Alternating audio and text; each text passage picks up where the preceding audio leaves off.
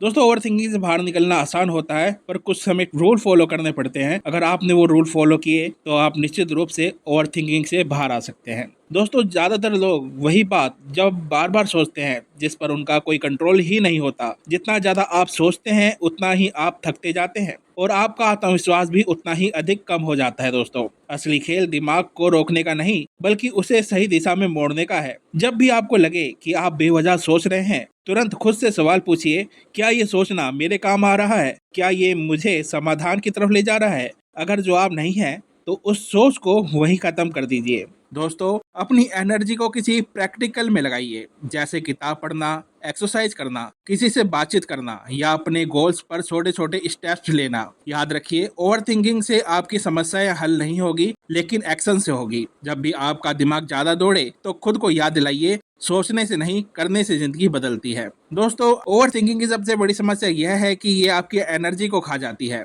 जितना ज्यादा सोचते हैं ना, उतना ही हम थकते जाते हैं और काम से दूर हो जाते हैं। याद रखिए, आपके विचार ही आपकी जिंदगी बनाते हैं। अगर आप बेकार की सोच पर कंट्रोल करना सीख गए तो जिंदगी भी कंट्रोल में आ जाएगी। बेवजह सोचना छोड़िए और अपने दिमाग को सही दिशा में लगाइए। दोस्तों ओवर थिंकिंग का कोई इलाज सोच में नहीं बल्कि काम में है। जितना आप व्यस्त रहेंगे, बिजी रहेंगे, उतना ही कम दिमाग भटकेगा। जब भी आप खुद को गहरे विचारों में डूबा हुआ पाए, तुरंत कोई छोटा सा काम पकड़ लीजिए, जैसे वॉक पर निकलना, किताब पढ़ना या कोई नया स्किल सीखना। काम करने से दिमाग प्रैक्टिकल हो जाता है और फालतू सोच अपने आप खत्म हो जाती है।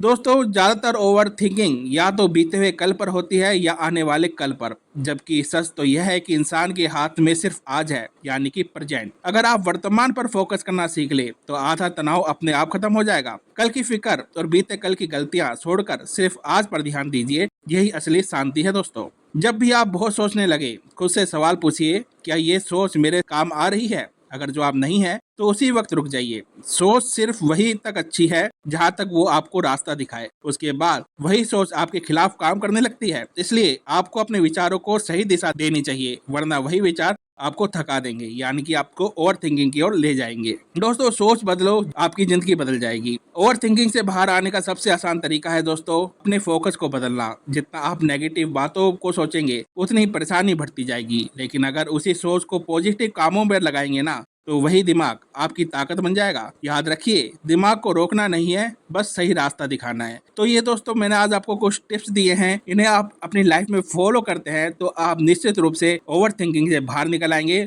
बड़ी सरलता से। दोस्तों आपको इसके लिए कोई मेडिसिन भी नहीं खानी पड़ेगी, बस मैंने जो टिप्स बोले हैं उन्हें अपनी लाइफ में आजमाना पड़ेगा, अपना जीवन बदलना पड़ेगा, अपनी लाइफ स्टाइल को बदलना पड़ेगा। दोस्तों वीडियो अच्छी लगी हो तो चैनल को सब्सक्राइब जरूर कीजिएगा, लाइक कमेंट शेयर कीजिएगा। मैं आपका दोस्त डॉक्टर संदीप सिवान, धन्यवाद।